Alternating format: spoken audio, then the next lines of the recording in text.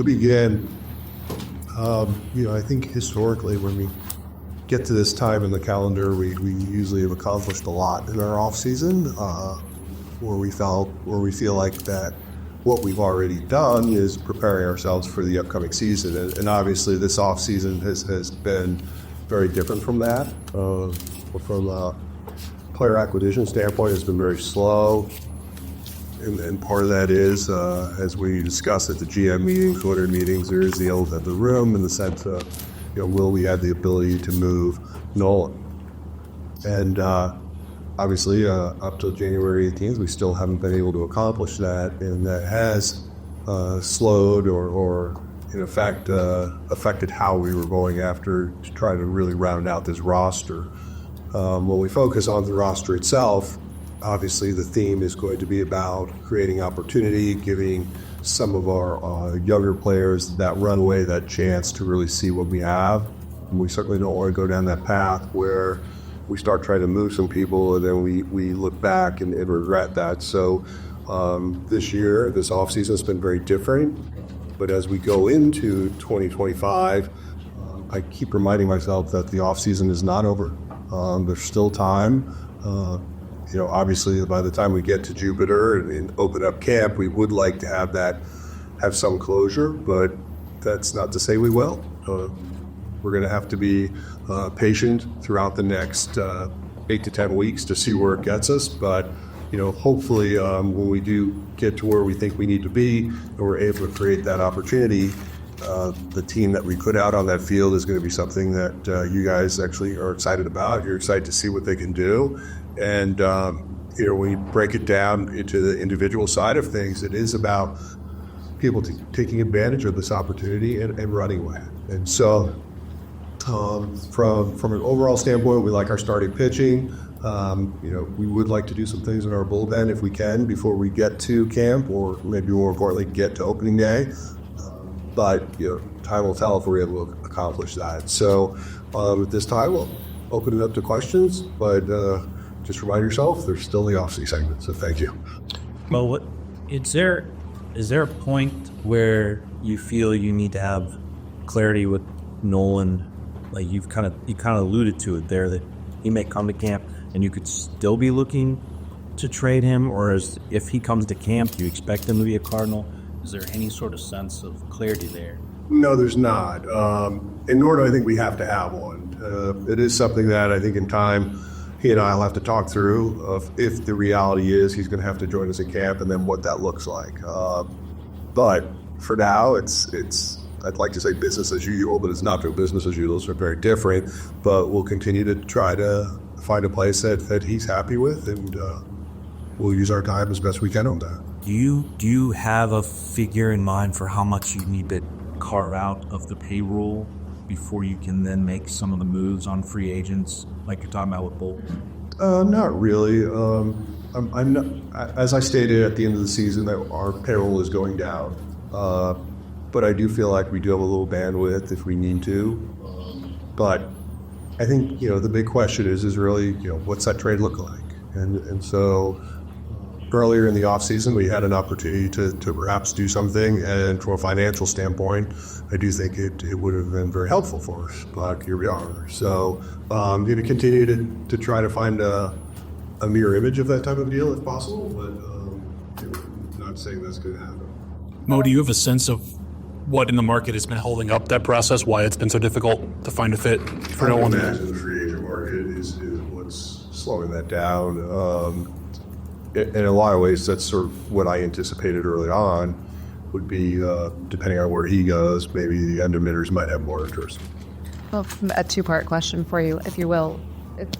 Is there a way where you're preparing for a scenario in which Nolan does come to spring training? Would you be open to trading him during the spring, if that opportunity arises? And if he is here, how does that impact the runway that you had planned for some of the younger players? Well, let's start with the second part first. It would definitely affect some of the projected at-bats that we were anticipating for some of those younger players. That's not to say we can't achieve those, because there's the DH and there's other ways to accomplish it. But clearly it would change how we were thinking about our actual infield.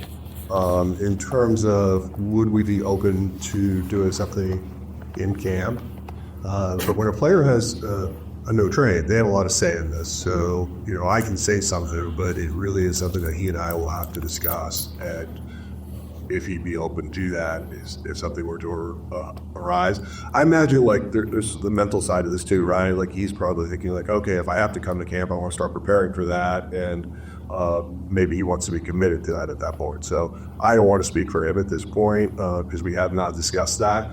But clearly, as we get closer to Jupiter, it is something we will have to touch on. Oh, you mentioned in winter meetings that if you can't move him, you have to get creative. Is there a scenario where he could be back and you try to do other things? I could, or we could, yes. Don't really love that idea in the sense because really feel like we have some depth in our rotation right now, so I really don't want to sort of carry away from that. In terms of thinking about moving a position player to try to achieve some financial goals would be something we could consider as well, but really don't want to. So the hope is that we can achieve goal number one and then react for it. Well, it's similar to what John then just asked. Obviously, if you trade Arenado, it provides more opportunities at bats for younger players. Can you explain also how it unlocks trading with Arenado? What does that unlock for you? What abilities that gives you financially with the minor league development and stuff like that? Well, in the minor league development, nothing. We are moving full force on that, regardless of any trades. But it does give us some financial flexibility, perhaps adding to areas that we weren't able to do so far. So obviously, bullpen. Obviously, we decided to look for a right-handed bat with some thumb, something like that. But it really just gives us some financial relief in a stressful environment right now. So, that's just something we're trying to work through. And needless to say, if we can achieve it, I think we'll be the better spot. Mo, how do you view the opportunity for younger players as it pertains to the rotation? You've got several veterans that are sort of in there, but as you've seen in recent years, you need more than 5 arms to get for a season. Is that sort of how you guys are viewing it, that the rotation is going to be stocked by veterans, but the depth is going to be maybe made up of some of those younger guys? Well, I definitely think as we get into camp, McGreevy is going to be competing for a spot. But you could argue some of those spots are already taken by veteran players, but historically, some of those players haven't been able to go pull and post. So, I think the depth of what we have in our rotation is something that we feel good about and would like to keep that if possible. Mo, when you sat out there at the end of the season and just kind of laid out how the winter was going to look, and y'all talked about the reset, did you expect on January 18th to have more dramatic changes to the roster than you've had? I mean, at that point in time, you were talking about you have to reach out to Sonny, you have to reach out to Wilson, you have to reach out to Nolan. Now they're all still on the roster, and the only changes are really free agents. True. I did anticipate us probably having completed a trade by now, but that hasn't happened. Just the one, or did you expect more dramatic changes? I went into that open-minded. I didn't know what they were going to say to me. But, early feedback was those guys wanted to be a part of what we're doing. They like our young core. And so I wasn't surprised when they decided they wanted to be a part of this. Does that slow or change the organization's goal to get younger, to dive into the development? Not really. Obviously, taking Wilson and moving into first, we would have had to fill that regardless, right? So you're still giving those younger guys the opportunity to catch. It's not putting a block on somebody like a Crooks in any form. And in terms of really the group of young players we're referring to at the moment, they're the guys that we really want to see step up and run with this. So I don't think anybody's getting blocked at the moment. Well, you've talked about in St. Louis, you never were able to really rebuild or reset. How different is this, instead of chasing that 12th championship and really looking at player development, really focusing on giving these guys an opportunity, how different is this mindset? Well, I think strategically it's been very different. It's the first time in my career that, we're sitting up here in the middle of January, like literally have done nothing for the roster at this point. So that part has been an adjustment. It's not to say that our offseason wasn't busy because rethinking our player development and bringing in new faces and new hires, that takes time. So from that standpoint, I think it's been a success, and hopefully we start to see returns on that quicker. Mo, how would you kind of gauge your own confidence that you'll be able to find a deal that makes sense for you all and for Nolan, having seen as much of the market as you have? Well, I'm hopeful. When you say confident or putting odds on it, it's, I think still a flip of a coin, but I know that's a top priority for the organization and myself, so be laser focused on it until it's not. You were going into the open mic, some of the conversations you had with veteran guys. What do you feel like you learned about Rick Wilson and Sonny with the way they react to both come to base? Well, I think there's that loyalty of wanting to be a part of something. And, it could have been very easy for either one of them to say, hey, move me. And I think it would have been pretty easy to move them. Both were asked about often.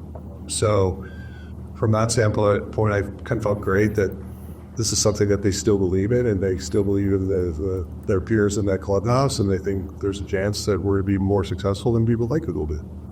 That part was cool. Mo, do you see teams that might pivot after Sasaki gets off the market last night? Would that interest in some of the rotation depth interest you enough to tap into that to make a? I do think teams will now pivot because of that. So in terms of us giving up some of our stars at this moment, I don't really want to, for what I said earlier about trying to keep that depth and go into the season with that type of protection. I think would be great because as we all know, if you go in with 5, you're going to be short. Mo, have you had recent conversations with Nolan? I know it can be exhausting to keep beating this point, but it does feel like whether he stays or doesn't is the linchpin of this offseason. Well, it is a linchpin, but there's nothing I can do to move it faster. Last time I spoke with him would have been pre-holidays. I do keep his agent up to date, if you will, not regularly, but periodically, and right now I think we are the holding pattern, and all I ask is for a little patience on this, because it's just regardless of what I want to do or the team wants to do, that's just not how it works. The deal that you all had put together that ended up getting done, were you surprised that wasn't a place that no one was willing to go? Kind of how did that play out from your seat? Yeah, I was a little surprised, but things happen. I think looking back at that, I think when Tucker was traded, so it was almost more like order of operation. Kind of had been a few days ahead of that. I think there would have been no. Here we are. So things happen. Has all this changed your opinion about giving no trade clauses? Yes and no. Yes. Let's start with the yes. I mean, obviously, it can be frustrating when you are trying to achieve something, but you're a little bit handcuffed on really what the player wants to do or has interest in. But part of the history of the no trade, dates back to the early 2000s. Probably even going back to like Mark McGuire, where players were wanting to be here in St. Louis, were willing to take what was perceived at below market, but for the security of knowing that they were going to be one place. So it's not to say during that time period a player might not ask to be moved. You think back to my first year as general manager. I think it was named on October 31st. I think November 1st. Can't go upon it. So a couple weeks later, Jim Edmonds calls me, tells me what's happened. Bolt had no trades. Bolt, prior to that, seemed very happy in St. Louis, but historically, usually when we give those no trades, they work out for us. Mo, what would you describe your relationship with Nolan like right now? And if he does report to camp, you do have to go into the season. What do you anticipate that relationship, the dynamic being like with your organization and clubhouse? Oh, I think it'll be fine. He knows that we're trying, and he knows that he's going to have to try. So I that part doesn't scare me at all. that was going to follow with the no trade thing. So, I mean, I guess sometimes in those situations, it takes that agreement to make the deal, right? I mean, that's part of the negotiations of signing the guy. Is that they ask for it or that you offer? Right. I mean, there have been some multi-year deals in recent years. We haven't done the no trade, but I mean, obviously, if you want ultimate roster flexibility, avoid getting no trades. Have you gotten to the point where you've had to have a conversation with Joel, like maybe this needs to be a bigger list? Are you all at that stage of how does that process work? Like, if you have an idea of where Nolan will say yes, as it to, hey, it needs to be a bigger list at this point? It's something we've talked about, but not something we've demanded yet. Well, is there a demand for teams for you guys to pay some of Nolan's salary? I know you don't like discussing details of Australia, but is that on your table? Is a lot of just to see if you answered. You're not going to. Put a line in the sand on that. Well, just with Brian Helsley, I mean, you guys came to an agreement for Lloyd arbitration. I mean, what are the conversations been like with Sam and just kind of his future with this team? Obviously, I'm going into my last year, and so a lot of what we think about in terms of like strategically in years 26, 27, and beyond, that's something that, from an ownership standpoint, we want them away. My ultimate goal is to try to create a pretty clean slate for my successor and the new management team. And so they would have the ability to do really whatever they wanted to do. And so obviously you inherit some contracts are already existing, but for the most part, I think they'll have a lot more roster flexibility in those out years, and that's been the goal there. As Chaim has taken a look at things over the last year, and as you all have had conversations with that group, was an approach to arbitration something that he came back with as something you all could change? It seemed to stand out that the three guys where there were no agreements were the three first-year guys. Is that a change at all you all have made internally? No. Or is it? Okay. No, that was just couldn't have a meeting of the minds. Well, just for scaling back payroll, how much of that is steering boats like you had mentioned for the next group? How much? I mean, if people have heard obviously the investment here, minor league and all of that up, and they equate the two. But what else goes into that? Because obviously there's a TV contract. But what? Yeah, I would say like from a very high level, it's your revenue. So if revenue goes down, typically you have to manage your expenses. And as we're investing in other areas of the club, we're going to continue to do that. But I don't think, like when you take the long view of where this is going, I do anticipate at some point you're going to see payroll go back up. This ownership group understands that payroll does matter in terms of ultimately competing for the big prize. And I think as we do this reset, it allows us to sort of catch up on the development side of things. But hopefully, when that's running full throttle, then we can time the payroll with it. So that's ultimately what we hope to see. Paul, two quick questions. Can you put a dollar figure or a percentage increase in what you're doing at the minor league level, at the player development level, where that stands? Or percentage increase, I'd say it's roughly probably been 20 to 25%. Okay, and that includes like the salaries of the staff and infrastructure. That's net, like overall. And what would go into that? Would it be facilities in addition to staff, new tech? The facilities would not be part of that calculus, but it would be salaries, it would be technology, and but it's mostly human capital, mostly head character. Okay. And then this off season, have you had offers out to free agents, or have you had that entirely stopped by the looking for trades? I have not made any aggressive offers on free agents. I had some conversations with free agents, but to that extent, obviously, as we talked about earlier, we need to do something first before we can do something else. So it's not that they've chosen otherwise, it's just that you're not in the spot where you can make an offer. Right. Okay. So, was a pitch ultimately made to rookie Sasaki? Obviously, he didn't sign to levels, but how far along did those talks go? We knew early on that we were not the landing spot for him, so we did not put a lot of energy into what that would look like. Obviously, we dreamt about it, thought it'd be super cool, but we were realistic. That wasn't going to happen. Mo, how has your outlook for the payroll for 2025 changed, if at all, from where we were at the end of last season to where things stand today? I would say it's the same. I think Mr.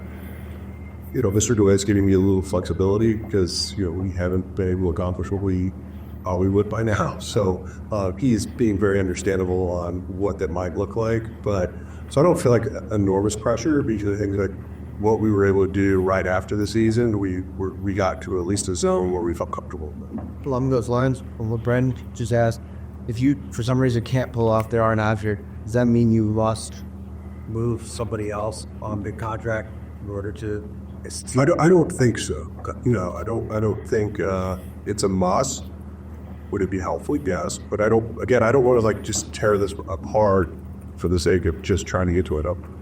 How do you balance that, when it comes to, because you've been very clear, Reese said this is not a rebuild, and there's still the type of talent around to guys take a step forward. You're competitive this year.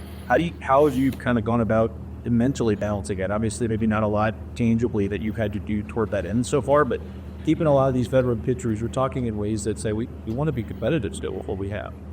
Well, I think here as me, like on a personal level or emotionally, how I've handled this, I guess you could say it's a very transactional type of mentality. I know like in the past, we've always looked at ways to augment our roster that we thought would get us to 90 wins, if not more. I'm still pretty optimistic about this current crew. Now, hedging a lot of, the Met on some of these younger players stepping forward, but I really think some of these young guys are very talented, and given the right opportunity and the right setting, they're going to be successful, and that's the play. Could I be wrong? Sure. But in doing so, I don't think we're being punitive to the organization by putting ourselves in a difficult financial position or having regrets with certain players that are still here. Is it fair to say, like, looking at 2020 core statistical performances of some of the guys that departed, you feel like you have guys that can step into roles and not necessarily lose a lot of ground in the standing, just not to declare that you're going to, win division, but there's a range of which that's realistic based on kind of the calculus of that. Yeah, so that would be like a very simplistic way to think about it, but we are thinking about it in terms of like player growth and players stepping up. And so I know a lot of our younger players have already been down to Jupiter, and that's really encouraging because they're investing in themselves.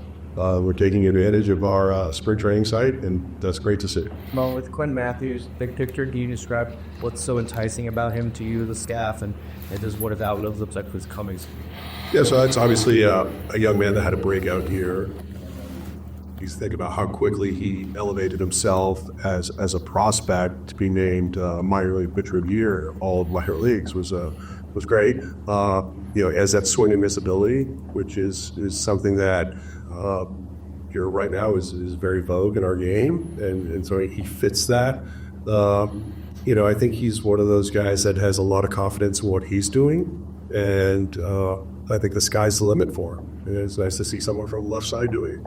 Well, there's been a pecking order, obviously, in how you would prefer to do deals. As we get closer to spring training, obviously, free agents want to sign too. It is a difficult position for you to be in. Will there be a time where you feel like you might have to pivot to the free agent market despite not having traded Nolan yet, or do those things remain in that order? Yeah, I think priority 1, 2, and 3 is still rolling. Thank you. We'll get tampered about 1 or 2 more to keep our trees outside. We can get victory.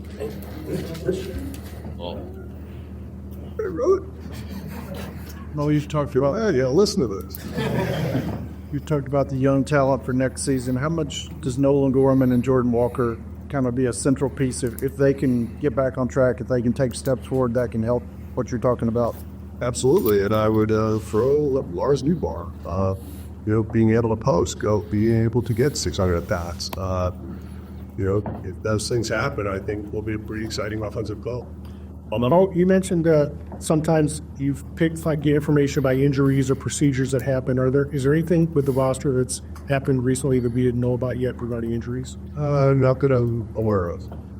Mo, with after the sugar rush of the winter meetings when there were some signings, it's kind of been placid with the free agents. You think Major League Baseball needs to think about changing that a little bit to change the calendar so that there isn't this lingering huge class of free agents with less than March. But So almost like create like a signing period of sorts. Yeah, like you think about like the trading deadline, for example. Like there is a deadline and it's feverish. Our off season just lacks that. Our off season also in Major League Baseball lacks any dead period. You look at other major sports where they at least have like maybe a 1 month quiet period where nothing can happen, and I've always been an advocate for that. It'll probably happen now that I'm stepping away, but I think like everybody could benefit from that. I just feel like creating some crescendo with signings would be good for the game. I think the drag of the off season is not good for the game. I think the old strategy, if you will, was try to always keep baseball in the paper, it being talked about. But I think the way people get their news, the way people follow things today, I don't think it's quite as relevant or as important. So I would be very much in favor of a dead period. Were you feeling the ramifications of that? Like you said, like a deadline, a trade deadline. Well, so like we have the Winter Warmup this weekend, right? Yeah. And every time I got a new iPhone, but it's always like, like shows what's coming in, and I always look down and like I see an agent, I'm like, oh, they're calling it to tell me so and so's not coming this weekend, right? So that was my natural reaction, but no, they just have a list of like 10 guys they're trying to sign. Oh, so it's just sort of a weird weekend where I just turn it over. But yeah, it's stressful because the spring training's kind of become that deadline. With the absence of a deadline, right? It's almost like. But if you talk to most players, they always tell you like they would really like to know where they're going by January 1, right? For planning purposes, getting their living out situated, and it makes sense. Mo, when you look at the National League right now, the way that the Dodgers, the Mets, there's like 5 teams right now that are spending more than $200 billion on their payroll. How have things changed from when you took over as the GM of the Cardinals and their spot in the National League spending-wise? And I'm not like, it's not a criticism of the Cardinals, but when you look at what these bigger market clubs can now spend and the gap between them and the rest of the National League or the rest of the league in general, how does that affect how you view where the Cardinals stand in that? So when you think about the arch of the last 30 years of baseball, I mean, there's always been some big players in terms of if they want to dictate the market or control the market, they can. I do think there have been new teams to emerge to join them. And then you also have a couple teams that seem to be in it sometimes and out of it the next year. And so there's that natural ebb and flow, but specifically about where does that fit with the Cardinals? For 25 years, we've always been able to punch above our weight. Part of that was our fan base. Part of that was the TV deal we had, and we were always able to leverage that. But as these markets start to shift, clearly there are teams that are willing to invest even at a higher rate than maybe they were 15, 20 years ago. And so that competitive playing field is definitely getting more difficult to navigate. And I think, at the end, you still see some teams with lower payrolls competing. We're going to have to find that sweet spot between scouting, development, and then augmenting with the free agent market. But in terms of us ever operating like some of the teams you mentioned, I don't envision that happening.